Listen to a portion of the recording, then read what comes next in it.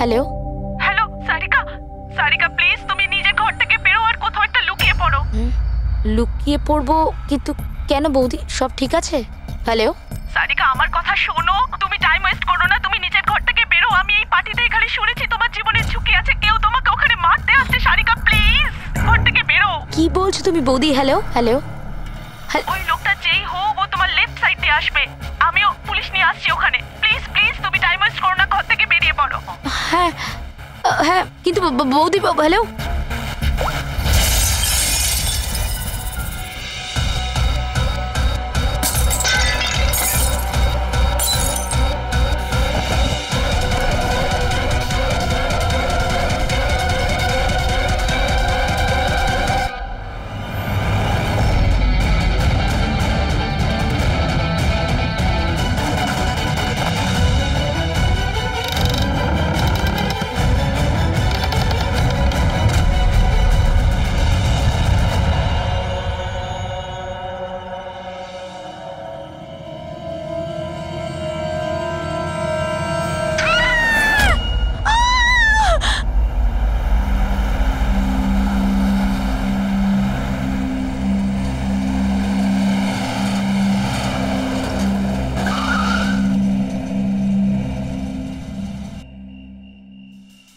এক তো না বলে চলে গেছে, আর ফোনও তুলছে না। আরে ভাই, এমন কেউ করে নাকি? আরে কমসে কম বলে যাওয়া তো দরকার ছিল। হয়তো কোনো প্রবলেম হবে এই জন্য ধরেনি। তুমি না সবসময় কাম অন, প্রবলেম তো আমাদের হয়েছে, অ্যাটলিস্ট আমাদের বলা দরকার ছিল ওর।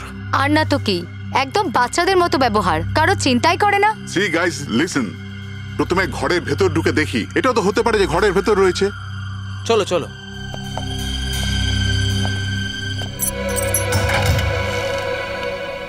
এখানে তো অন্ধকার কেন? আমি আলো জ্বালাচ্ছি।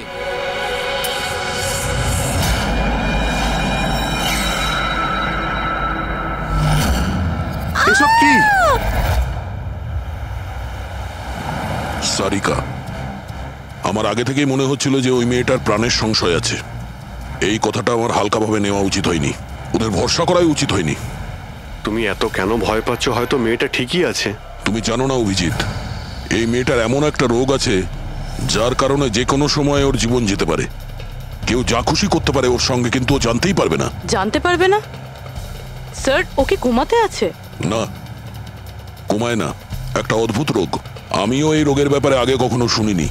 একটা অসুস্থ মেয়েকে তার পরিবারের লোক মারতে কেন চাইবে? যতটা আমি ওদেরকে চিনেছি, আমার মনে হচ্ছে যে ওদের ভাবসাব খুব একটা সুবিধার নয়। সারিকার সঙ্গে আমার কয়েকদিন আগেই দেখা হয়।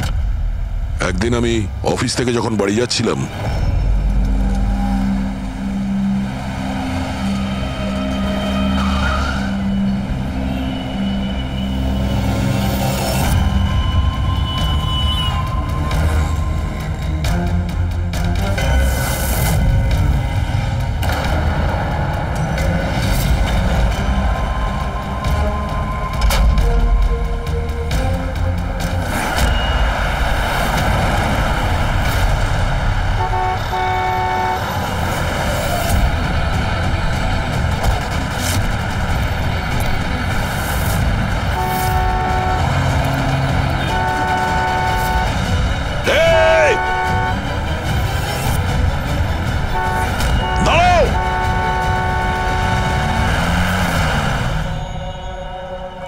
তুমি হ্যাঁ, এত বড় একটা ট্রাক সামনে থেকে বেরিয়ে গেল, তুমি দেখতে পাওনি? ও হর্ন বাজাচ্ছিল, তুমি শুনতে পাওনি? হ্যাঁ, আত্মহত্যা করার চেষ্টা করছিলে কি?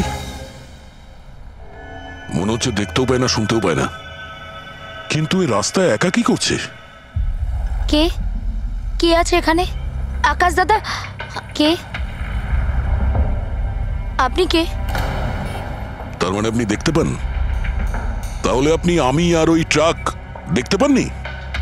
চাপা দিয়ে চলে যেত আপনাকে যদি আমি আপনাকে না বাঁচাতাম। সরি, আমি সত্যি দেখতে পাইনি। সারিকা, সারিকা তুমি ঠিক আছো তো?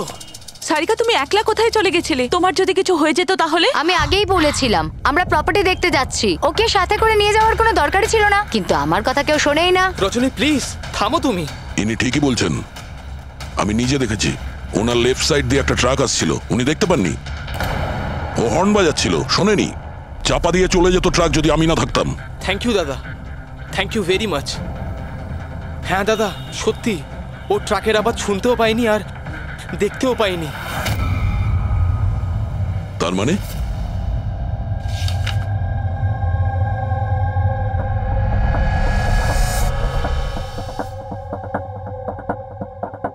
এইসব আপনি মানে আপনার শুধু জিনিস আর সবার এই ডান দিকটা নজরে আসে না, শুধু বাঁ দিকটা নজরে আসে।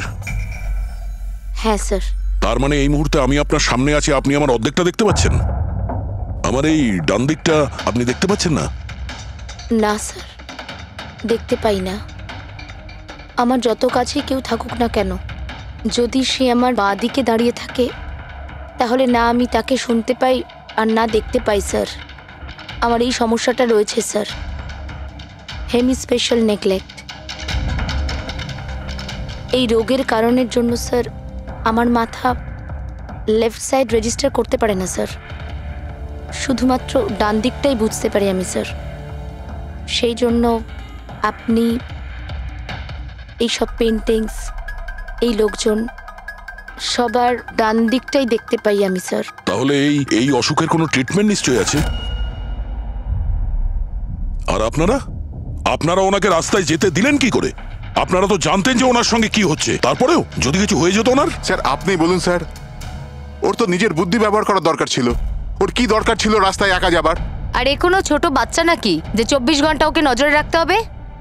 ইনফ্যাক্ট আমরা এর জন্য একটা বেবি সিটার রেখে নিই যে 24 ঘন্টা ওর দিকে নজর রাখবে। এখন এসব বলে কি হবে? হ্যাঁ, ভুল আমাদের হয়েছে, এটা তোমরা মানো আর না মানো আমি মানি। Sir, I am so sorry sir.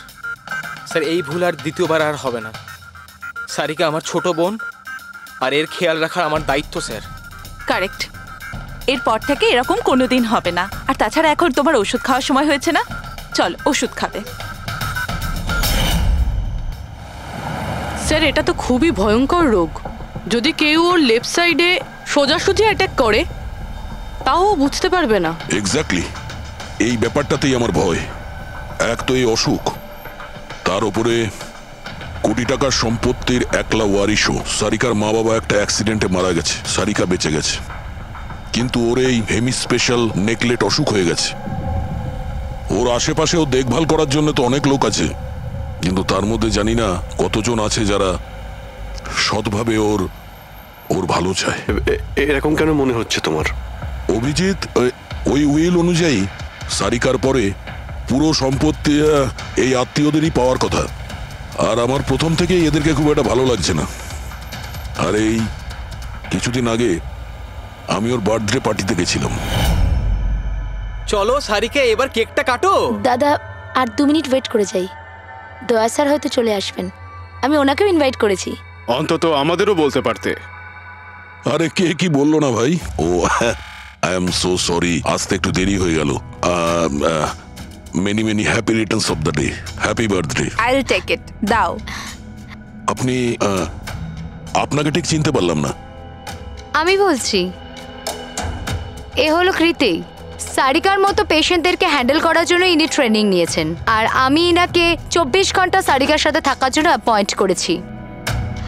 আশা করি আপনি সারিকাকে নিয়ে আর চিন্তিত হবেন না। একদম। আর আমাদেরও মনে হয় যে কৃতি থাকলে সারিকা সেফ থাকবে। অ্যাবসলিউটলি। আমারই ভুল হয়েছে, শুধু আমার ভুল। আমার সারিকাকে ওদের ভরসায় ছাড়া উচিত হয়নি। আমার মেরে দিয়েছে হয়তো ওরা, ওকে বাড়ি এসে গেছে।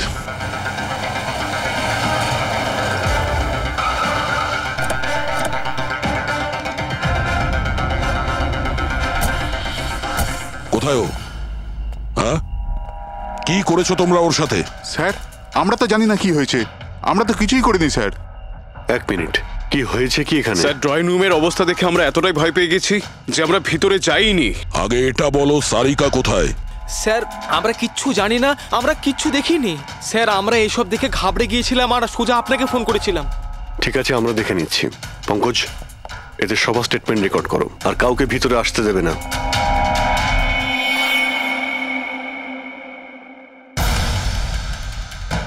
সারিকা, সারিকা, কেউ আছেন? এখানে তো মনে হচ্ছে অনেক কিছুই হয়েছে। এত রক্ত তো কোনো একজনের হতেই পারে না।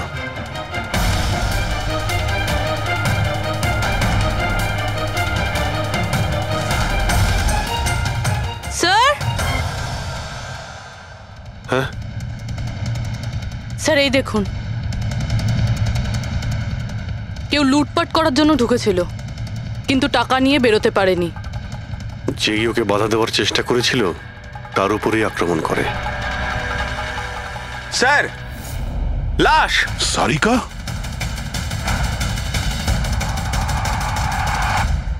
ও নো। মানালি তো এরপর থেকে এরকম কোনোদিন হবে না।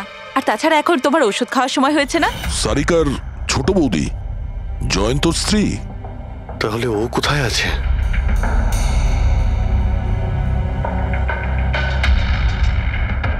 ও নো। দয়া, হ্যাঁ, এ হলো কৃতি। সারিকার মতো পেশেন্টদেরকে হ্যান্ডেল করার জন্য ইনি ট্রেনিং নিয়েছেন। এটা তো কৃতি। তুমি চেনো? হ্যাঁ, কৃতি স্যার, পালস চলছে, এখনো বেঁচে আছে। এ সারিকার রুমের বাইরে? সারিকা, সারিকা। ফ্রেডি, এক্ষুনি অ্যাম্বুলেন্সের ব্যবস্থা করো, একে হসপিটালে পাঠাতে হবে। সারিকা, সারিকা,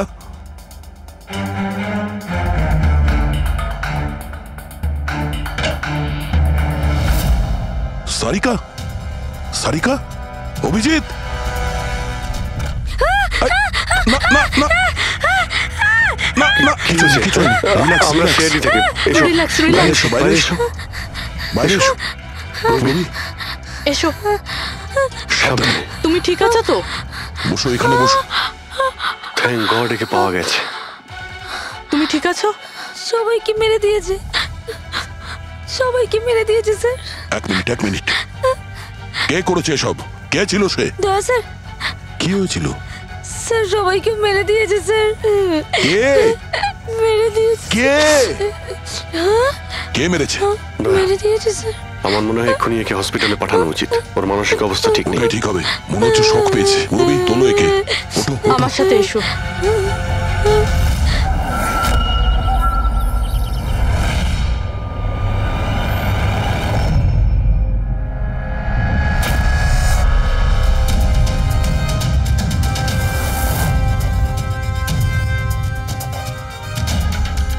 স্যার, আপনি আমাকে ঘরে কেন যেতে দিচ্ছেন না? আমার বউ খুন হয়েছে। স্যার প্লিজ, স্যার প্লিজ, আমি একবার দেখতে চাই, শুধু একবার। মিস্টার জয়ন্ত, আপনার স্ত্রীর খুন হওয়ার জন্য আমরা খুব দুঃখিত, কিন্তু আমরা আপনাদেরকে ভেতরে যেতে দিতে পারি না। 3 জনের উপর হামলা হয়েছে, একজন মারা গেছে, একজন আহত, আর একজন শক পেয়েছে। আর আপনারা বলছেন যে আপনারা কিছুই জানেন না। হ্যাঁ, সত্যি আমরা কিচ্ছু জানি না স্যার। ইনফ্যাক্ট আমরা এখানে কেউ ছিলামই না স্যার। আমরা সবাই নিউ বোম্বেতে ছিলাম একটা পার্টিতে। কোন পার্টি? স্যার একটা ফ্রেন্ডের রিসেপশনের পার্টি। তো আপনারা সবাই ওখানে গিয়েছিলেন তো? মানালি। ও বাড়িতে কেন ছিল? স্যার মানালি আমাদের সঙ্গে গিয়েছিল। বাড়িতে শুধু সারিকা আর কৃতি ছিল, কারণ স্যার সারিকা শরীর খারাপ ছিল। কিন্তু স্যার এই পার্টি থেকে হঠাৎ মানালি কি করে হারিয়ে গেল আমরা কিচ্ছু জানি না স্যার। স্যার, হ্যাঁ পূরবী। স্যার এই দেখুন, এর নখে এবং এর বডিতে অনেক গুঁড়ো চুল পাওয়া গেছে। স্যার, এই কাঁচের টুকরোগুলো দেখুন, বেশ মোটা, মনে হচ্ছে কারো চশমার কাজ।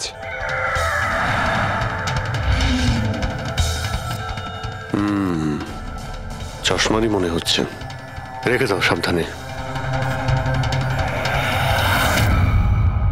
এই টেনে নিয়ে যাওয়ার চিহ্নের সঙ্গে রক্তের ফোঁটা।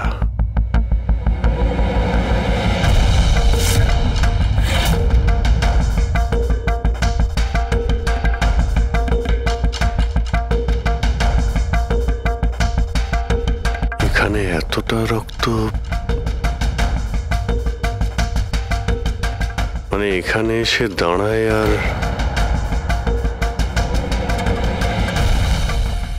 বাইকের চাকার দাগ। কেউ আহত অবস্থায় এখানে আসে আর বাইকে উঠে এখান থেকে বেরিয়ে যায়। আচ্ছা, একটা কথা বলুন তো, আপনাদের মধ্যে বাইক কার কাছে আছে? বাইক? না স্যার, বাইক তো কারুর কাছে নেই। আমাদের সবার কাছে নিজের পার্সোনাল গাড়ি আছে স্যার। এই বাড়িতে টোটাল 5টা কার আছে স্যার। কিন্তু অভিজিৎ, এটা কেন জিজ্ঞাসা করছো? কারণ কেউ খুবই আহত অবস্থায় বাইকে উঠে এখান থেকে চলে গেছে, আর আমার পুরো বিশ্বাস যে খুনি সেই। আই থিঙ্ক এর জবাব সারিকাই দিতে পারবে। ওর জ্ঞানটা একবার ফিরে আসুক। বাই দ্য ওয়ে, আপনাদের মধ্যে কি কারো চোট বা আঘাত লেগেছিল? আঘাত আমাদের? স্যার, আপনার কথার মানে কি? আমাদের কেন চোট লাগবে? আপনারা আমাদেরকে সন্দেহ করছেন? যতক্ষণ এই কেসটা সলভ না হবে আমরা সবার উপরেই সন্দেহ করব। আর আপনারা যদি আমাদের সঙ্গে সহযোগিতা না করেন তাহলে আমাদের সন্দেহ আরো বেড়ে যাবে। হ্যাঁ, তাই প্লিজ কোঅপারেট।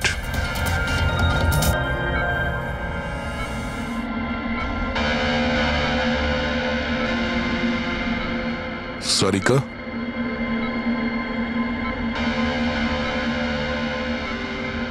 আচ্ছা, তুমি কি ঠিক আছো? অভিজিৎ, সারিকা, দয়া স্যার। তুমি ঠিক আছো? স্যার, মানালি বৌদি আর কৃতি স্যার। কৃতি ঠিক আছে, কিন্তু মানালি মারা গেছে। সামলে কৃতি।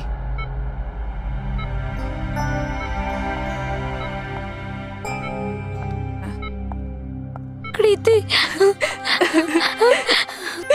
কৃতি, তুমি ঠিক আছো তো? I am so glad you okay. Thank God তুমি ঠিক আছো।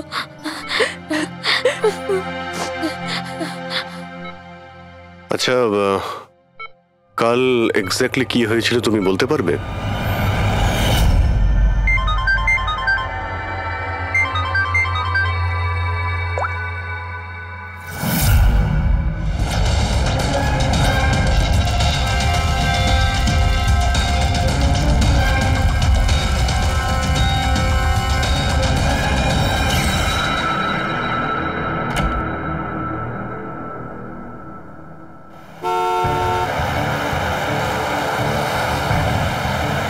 বৌদি,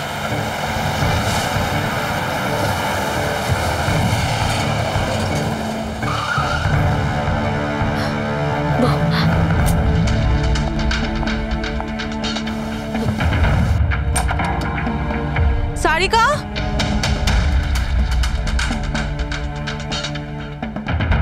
সারিকা, সারিকা কোথায় তুমি?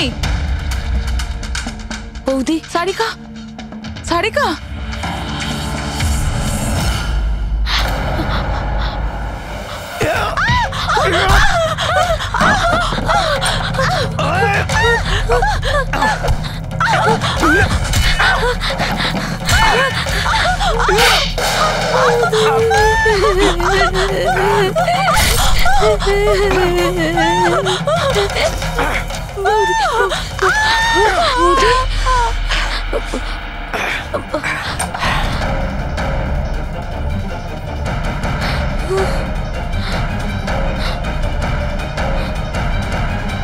কৃতি, কৃতি, কৃতি।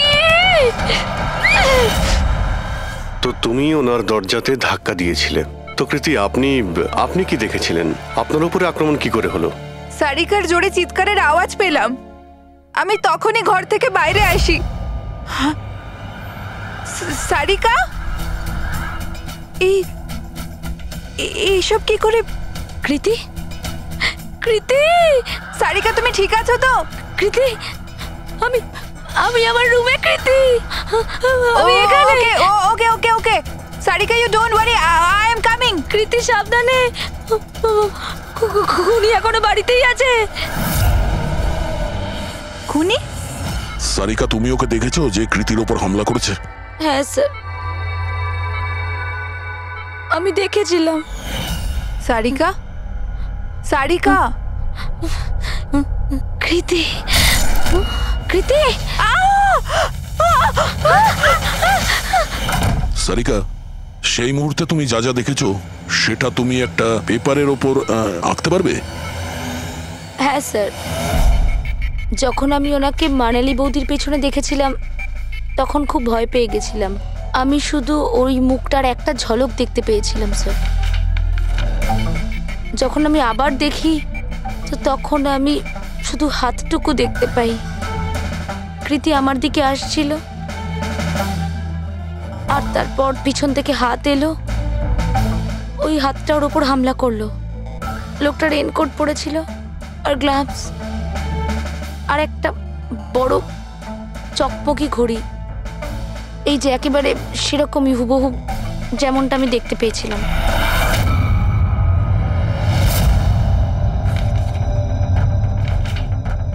আই হোপ এই অর্ধেক ছবিগুলো দিয়ে আপনারা কিছু উপকার পেয়ে যাবেন হয়তো। চিন্তা করো না, এই অসম্পূর্ণ ছবিটা আমরা কমপ্লিট করব। ফেডরিক, মনোহরের কাছে এই পেন্টিং গুলো নিয়ে যাও আর বলো যে এই স্কেচ যেন কমপ্লিট করে। Sarika, thank you so much. আপনি যেতে পারেন, টায়ার্ড হয়ে গেছেন হয়তো। চলো সারিকা।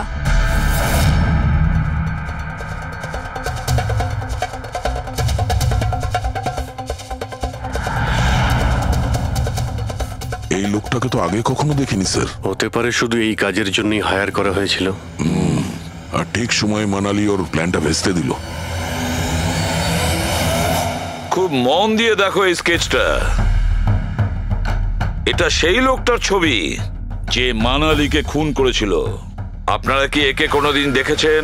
আমি তো বুঝতেই পারছি না আমাদের কেন সন্দেহ করা হচ্ছে। এক্স্যাক্টলি, আমরা সবাই সারিকার আপনজন, আর আজ আমরা বিজনেসের সব কাজ ছেড়ে এখানে এসেছি শুধুমাত্র সারিকার জন্য। আর আপনাদের মনে হচ্ছে আমরা ওকে মারতে চাইছি? স্যার যে মারা গেছে ও আমার বউ স্যার, আর সারিকা আমার বোনের মতো। স্যার, আমি যখন খুব ছোট ছিলাম আমার বাবা মা মারা গিয়েছিল। সারিকার বাবা মাই আমাকে আদর যত্ন করে বড় করে তুলেছে। আমি আজ যা কিছু হয়েছি ওনাদের দুজনের জন্যই হয়েছি। আর স্যার, আমি সারিকাকে আমার নিজের প্রাণের চেয়েও বেশি ভালোবাসি। এক্স্যাক্টলি, এক তো আমরা ওর জন্য নার্স রাখলাম আর আপনারা সবাই আমাদেরকেই সন্দেহ করছেন। হ্যাঁ, সন্দেহ করছি তোমাদের সবাইকে। আমি নিজের চোখে দেখেছি কতটা ভালোবাসো তোমরা ওকে। আপনারা সবাই ভালোভাবেই জানেন যদি ওই বেচারির কিছু হয় তাহলে ওর কয়েকশো কোটি টাকার সম্পত্তির তোমাদের সবার মধ্যে ভাগ হবে।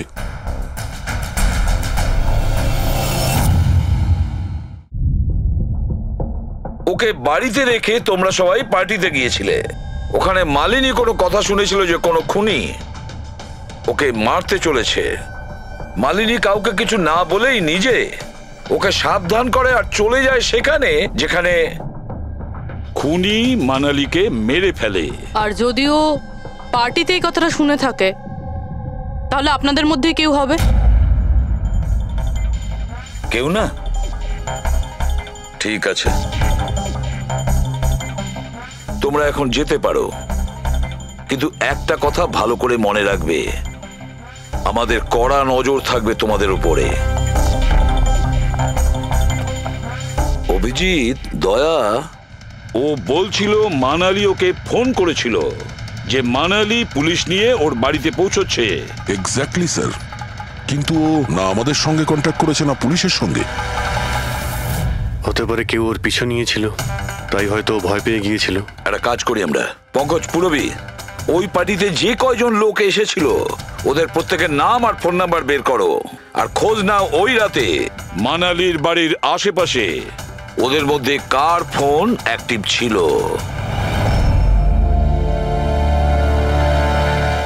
স্যার। হ্যাঁ স্যার, ওই রাতে ওখানে 250 লোক ছিল, কিন্তু স্যার একজন হচ্ছে ঈশান। ওই রাত্রেও পার্টিতে ছিল আর ওখান থেকে ও সারিকার বাড়ির দিকে গেল যখন মানালি পার্টি ছেড়ে গেল। আর ফোন ওখানেই বন্ধ হয়ে যায় ওদের বাড়িতে। স্যার, আর একটা আজব ঘটনা ঘটেছে। মানালি সেই রাতে ওই বাড়িতে ফোন করেইনি, বরং সেখান থেকে ব্যান্ড্রায় গিয়েছিল কোয়াড্রাম, আর তারপর থেকে ফোনটা সুইচড অফ। মানালির সেল ফোন তোর কাছেই ছিল ওই ক্রাইম সিনে?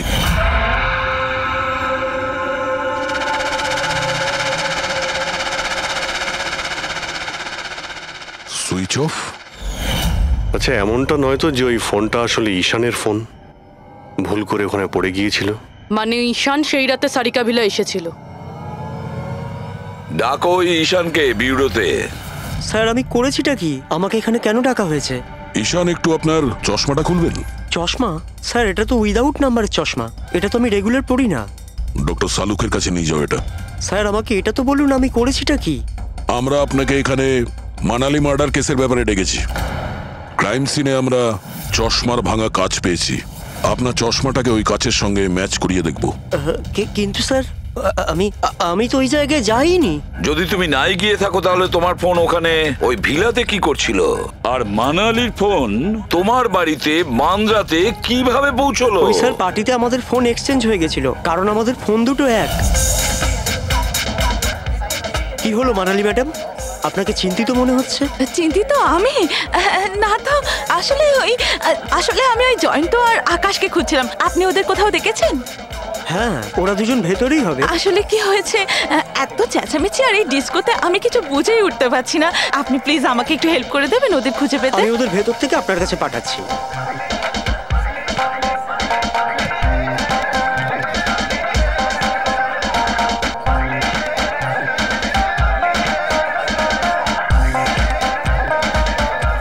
মানালি? ঈশান, তুমি তো বলছিলে মানালি খুঁজছে আমাদের। কোথায় মানালি? আরে এক্ষুনি তো এখানেই ছিলেন মানালি, কি জানি কোথায় চলে গেলেন। ওই দিকটা কি দেখি, চলো। স্যার আমার ফোন সুইচ অফ ছিল, এই জন্য আমি মানালিকে বলতে পারি। সেই কারণে মানালি পুলিশকে ফোন করতে পারেনি। স্যার আমাকে বিশ্বাস করুন, আমি খুন করিনি। খুনি না হলেও খুনির সঙ্গী তো হতে পারো, যে ওখানে ওই পার্টিতে উপস্থিত ছিল। তুমি পার্টিতে মালিনীর সমস্ত কথা শোনো, আর যখনই মানালি ওখান থেকে বেরোয় তুমি মানালির পিছু নাও। কোনো কায়দা করে তুমি মানালির ফোন তোমার বাড়ি ব্যান্দ্রাতে পাঠিয়ে দিলে, আর ওখানে পাওয়া চশমার কাঁচের টুকরো, আমাদের সন্দেহ ওটা তোমার চশমার রিপোর্ট তো আমরা পেয়েই যাব আমাদের ফরেন্সিক ল্যাব থেকে। ঈশান শুধু ঈশানের কাছে কোনো কারণ নেই, কিন্তু সবার কাছেই কোনো না কোনো কারণ আছে সারিকাকে মারার জন্য। দিয়া আর অভয়, এদের দুজনের তো টাকার খুব প্রয়োজন ছিল, হতে পারে এরা দুজন করেছে। আর এদের প্রত্যেকের কাছে একটাই অজুহাত আছে যে ওরা রিসেপশনের পার্টিতে ছিল। স্যার এরা সবাই ওই রিসেপশন পার্টিতে প্রেজেন্ট ছিল, কিন্তু কোনো একজন খুনিকে ফোন করে সারিকা ভিলায় যেতে বলেছিল লেফট দিয়ে, যাতে সারিকা কিছু বুঝতে না পারে। তারপর সারিকাকে মারবে, কৃতিকে মারবে, আর সবাই ভাববে দেখে যেন মনে হয় চুরি করার উদ্দেশ্যে খুনটা হয়েছে। আর এই সব কিছুই মালিনী শুনে ফেলে। তারপর ননদকে বাঁচানোর জন্য ও বাড়ি ফিরে আসে, কিন্তু ও সেখানে খুন হয়। কিন্তু মারা যাওয়ার আগে ও খুনিকে আহত করেছিল। খুনি যাওয়ার সময় কৃতির উপরে হামলা করে, লুটের মাল আরো ননদকে ফেলে তারপরে সে বাইকে করে পালিয়ে যায়। শুধু একবার এই খুনির ব্যাপারে কিছু যদি জানতে পারি না, কিছু, তাহলে ধরে নাও মাস্টার মাইন্ড আমাদের হাতে। স্যার খুনির বাইকের টায়ারের চিহ্ন, আশেপাশে পড়ে থাকা রক্তের ফোঁটা সব চেক করেছি, কিন্তু কিচ্ছু জানতে পারিনি। স্যার মনে হয় যে খুনির কোনো পাস্ট রেকর্ড নেই। এর মানে হলো খুনি কোনো পেশাদার অপরাধী নয়। স্যার মানালির জামা কাপড় থেকে আর নখ থেকে যে চুলগুলো পাওয়া গেছে, সালুমকে স্যার সেটা টেস্ট করছে, হয়তো কিছু পাওয়া যাবে।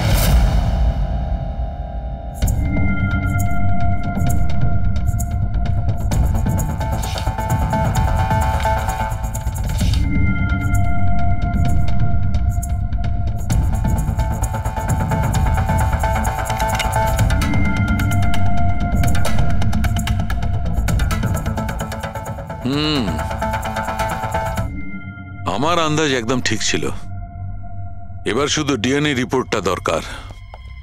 হ্যাঁ সালুকে বস, হ্যাঁ একটা কথা ঠিক যে ঈশান খুনি নয়, কারণ ক্রাইম স্পট থেকে এই যে চশমার লেন্সের ভাঙা টুকরো পাওয়া গেছে, এইগুলো ঈশানের চশমার সঙ্গে ম্যাচ করছে না। এক তো ঈশানের চশমার পাওয়ার 0, আর দ্বিতীয়ত ঈশানের যে চশমাটা তার লেন্সগুলো একদম নর্মাল, কিন্তু এই লেন্সটা ফটোক্রোম্যাটিক, মানে রোদের সঙ্গে রং পাল্টায়। আচ্ছা, ওই যে রক্ত পাওয়া গিয়েছিল ওই বাইকে টায়ারের মার্কের কাছে, সেটা কি খুনির রক্ত? হ্যাঁ, ওই রক্তটা খুনিরই, যার বয়স 25 থেকে 30 বছরের মধ্যে। আর মানালির নখে যে চুলটা পাওয়া গেছে ওটা নিশ্চয়ই খুনির। আসলে বস, হাতাহাতি করবার সময় চুল গোড়া থেকে উপড়ে আসে, অথচ এই যে চুলটা এটা উপড়ে আসেনি, কাটা হয়েছে। আর এইটা দেখো স্ক্রিনে, যতগুলো চুল আছে সব আলাদা আলাদা রকমের। কোনো চুল সিধে, কোনোটা কোঁকড়ানো, আর ওগুলো রং দেখো, প্রত্যেকটা চুলের রং আলাদা। কোনোটা কালো, কোনোটা ব্রাউন, কোনোটা ডার্ক ব্রাউন, আর ওই গোল্ডেনও আছে। এই চুলগুলো একটা লোকের হতেই পারে না। আলাদা আলাদা লোকের চুল? হ্যাঁ দয়া, এই চুল থেকে আমরা বিভিন্ন ধরনের কেমিক্যাল পেয়েছি, যেমন হচ্ছে কেরাটিন, ফিফটাইন, আর অনেক কিছু। আমার মনে হচ্ছে না যে এই চুলগুলো কোনো একজন লোকের মাথার চুল। হ্যালো?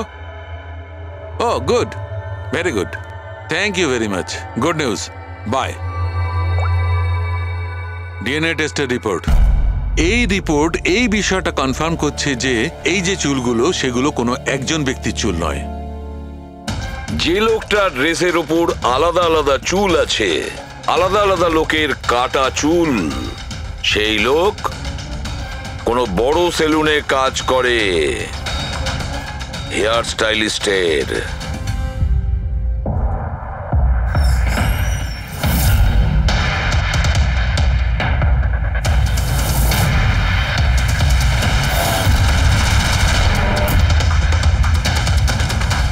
স্যার, এ তো বিমল, আমাদের স্পায়ের স্টার হেয়ার স্টাইলিস্ট। স্যার, এখানে যেই আসুক না কেন সবাই ওর কাছেই হেয়ার স্টাইল করতে চাইতো। কিন্তু স্যার, এই কিছুদিন ধরেই হলো এই টাকা পয়সা নিয়ে ভীষণ চিন্তিত থাকতো। এর জুয়া খেলার খুব অভ্যাস ছিল। কিন্তু স্যার, এই খুন করবে এটা স্যার আমি একদম ভাবতেই পারছি না। যাই হোক, এখনো কোথায় আছে বলতে পারবেন? স্যার, একে এখন কোথায় পাবেন এটা আমি বলতে পারবো না, তবে কিছুদিন যাবত এখানেও কাজে আসছে না, আর নাও আমার ফোন তুলছে। আপনি ওর ফোন নাম্বার আর অ্যাড্রেসটা দিন আমাদের। হ্যাঁ স্যার, আমি এখনই আনছি।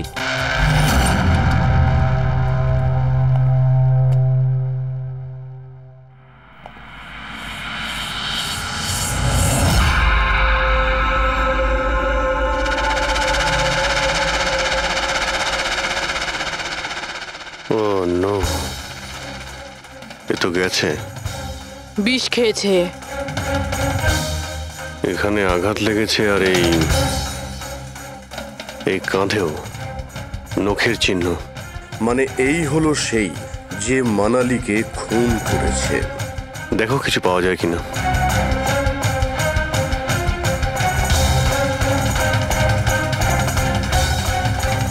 স্যার, হ্যাঁ, আমি বিমলের বাইকটা চেক করলাম স্যার। বাইকটার হ্যান্ডেলে শুকিয়ে যাওয়া রক্ত আর কাঁদালে আই এম শিওর স্যার এগুলো ওই বাড়িটার ব্যাকইয়ার্ড থেকেই লেগেছে।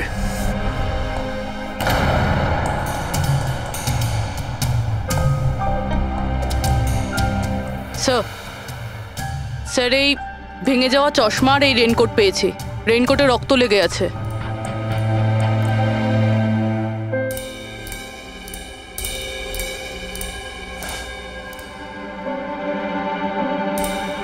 এই দেখতে পাচ্ছ,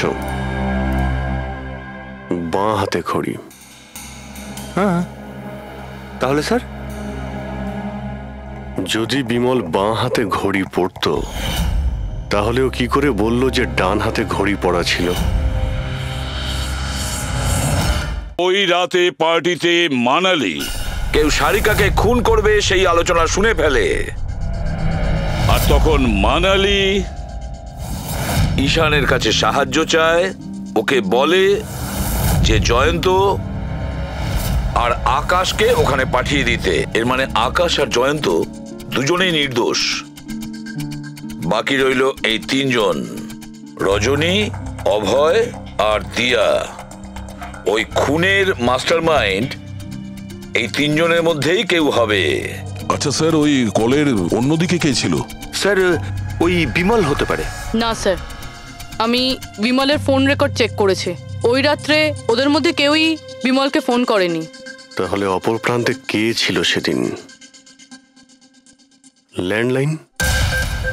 আচ্ছা, ওদের বাড়ির ল্যান্ডলাইন ফোন? হ্যাঁ, হতে পারে। ফ্রেডি, পঙ্কজ, একটু খোঁজ নিয়ে দেখো তো 11টার আশেপাশে ওদের ল্যান্ডলাইনে কেউ ফোন করেছিল কিনা। ওই মেয়েটার কথা অনুযায়ী খুনির ডান হাতে ঘড়ি পড়েছিল, যেখানে বিমল বাঁ হাতে ঘড়ি পড়েছিল। আরও এটাও বলেছিল যে খুনি যে রেনকোট পরেছিল সেটা ব্লু কালারের ছিল, কিন্তু আমরা বিমলের বাড়ি থেকে যে রেনকোট পেয়েছি সেটা কালো ছিল। হতে পারে সারিকা কিছু ভুল করেছিল, ঠিকমতো দেখতে পাইনি ও। স্যার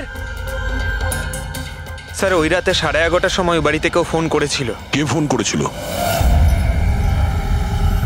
আপনারা সত্যি বলছেন এই সব কিছুর পেছনে আমার নিজের লোকের হাত আছে? একটু অপেক্ষা করুন, সব জানতে পারবেন। স্যার আপনারা আবার কেন খোঁজ খবর নিচ্ছেন? একবার তো খোঁজ খবর নিয়েছেন। সেদিন প্রমাণ একত্রিত করার জন্য আর আজ কেস ক্লোজ করার জন্য। আপনি একটু অপেক্ষা করুন, এখনই সবকিছু জানতে পেরে যাবেন। স্যার পেয়ে গেছি। কিন্তু এটা তো সেই রেনকোটটাই যেটা ওই খুনি পড়েছিল। এখানে কি করে এলো? বলছি, তুমি বলেছিলে যে মানালি তোমাকে দৌড়ে এইখানে বাঁচাতে এসেছিল, কারণ ও ওখানে পার্টিতে শুনেছিল যে কেউ তোমাকে খুন করতে চায়। কিন্তু সে খুনি ছিল না, সেই ছিল যে এই পুরো প্ল্যানটা করেছিল। আর যার সঙ্গে ওর ফোনে কথা হয় সেও কিন্তু খুনি নয়, অন্য কেউ ছিল। সেই সময় এই বাড়িতেই সে তোমার সঙ্গে উপস্থিত ছিল। বাড়িতে? ওই সময় আমার সাথে কৃতি, কারেক্ট? এটা পুরো প্ল্যান ছিল। খুনি কাজ ভেঙে বাড়ির ভেতরে ঢোকে, কিন্তু গন্ডগোল তখন হলো যখন ও মানালিকে মারল সারিকা ভেবে। মানালি তো মারা গেল, কিন্তু মরার আগে ও খুনিকে এতটাই আহত করে দিয়েছিল যে খুনি এখানে সারিকাকে মারার জন্য দাঁড়ায়নি, পালিয়ে গেছে। স্যার স্যার 1 মিনিট, যদি খুনি পালিয়ে গেল তাহলে কৃতিকে কে মারলো? কারণ সারিকা নিজের চোখে কৃতির ওপর হামলা হতে দেখেছে। হ্যাঁ আমি দেখেছিলাম, ওই হাতটা এলো আর ও কৃতির ওপর হামলা করেছিল। হামলা তো হয়েছে, কিন্তু করলোটা কে?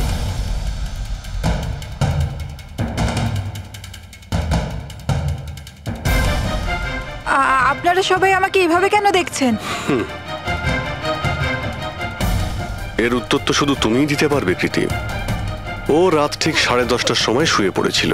আর মানালি কাউকে ফোনে কথা বলতে শুনেছিল রাত 11:10 আর সেই ফোনটা এসেছিল এই বাড়ির ল্যান্ডলাইনে। কে রিসিভ করেছিল সেই কলটা? যদি আমরা এটা মেনেও নিই যে বিমল তোমার ওপর হামলা করেছে, তাহলে ও তোমাকে বাঁচিয়ে রাখলো কেন? ও মানালিকে এত নৃশংসভাবে মারলো, আর তোমাকে শুধু এই একটা আঘাত কেন? ও সারিকাকে কেন মারলো না? আর এই চুরি করা টাকা ছেড়ে পালালো কেন? আর সব থেকে বড় প্রশ্ন, ও খুনিকে এই ব্লু কালারের জ্যাকেট পরে থাকতে কি করে দেখলো? কি করে দেখলো সেই ঘড়িটা যা বিমল লেফট হ্যান্ডে পড়তো, রাইট হ্যান্ডে নয়? বিমলের রেইনকোটের কালার ছিল ব্ল্যাক।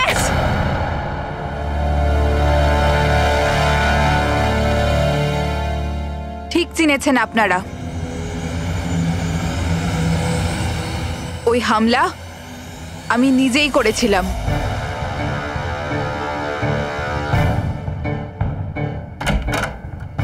সারিকা, সারিকা কোথায় তুমি? মানালি এখানে এই সময়? Sarika,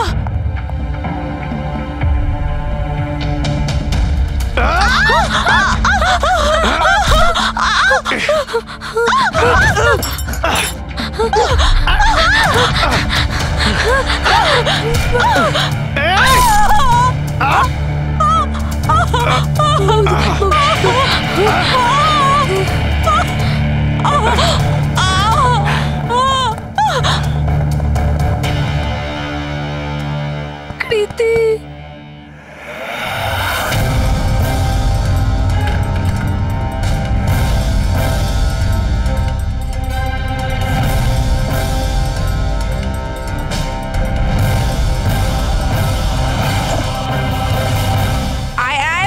Sarika don't worry.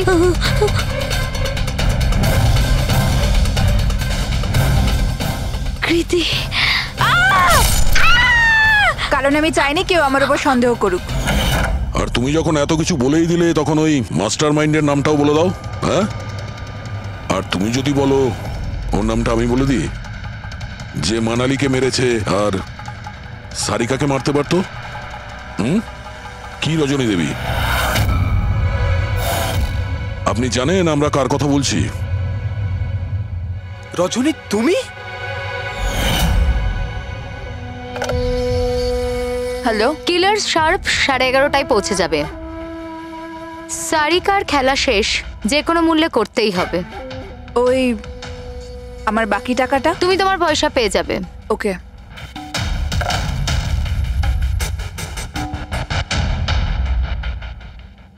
রজনী, তোমার জন্য আমি আমার বউকে। আমার পয়সার দরকার ছিল। সারিকার বেবি সিটিং করতে করতে আমি হাঁপিয়ে উঠেছিলাম। আর এইসব তোমার জন্য হয়েছে আকাশ। তোমার জন্য আমরা সবাই সারিকার আয়া হয়েছিলাম। আমাকে আমার জীবন যাপন করতে হতো আগের মতো। এই জন্য আমি প্ল্যান করেছিলাম আর কৃতিকে বাড়িতে নিয়ে এসেছিলাম। পার্টিতে যাওয়াও আগে থেকেই ঠিক ছিল, যাতে আমি সময় পাই প্ল্যান করার। সব ঠিক চলছিল, শুধু বিমলের ব্যাপারে একটু ভুল হয়ে গেল। না হলে এত কিছু হয়ে যাওয়ার পরেও দেখছি তোমার কোনো অনুতাপ নেই, বরং নিজের প্ল্যান নিয়ে গর্ব করছো। তুমি অনেক সময় পাবে নিজের প্ল্যানের ভুল ত্রুটি ধরার, কারণ তোমার এই বাকি জীবন এবার তোমাকে জেলের মধ্যে বসেই কাটাতে হবে।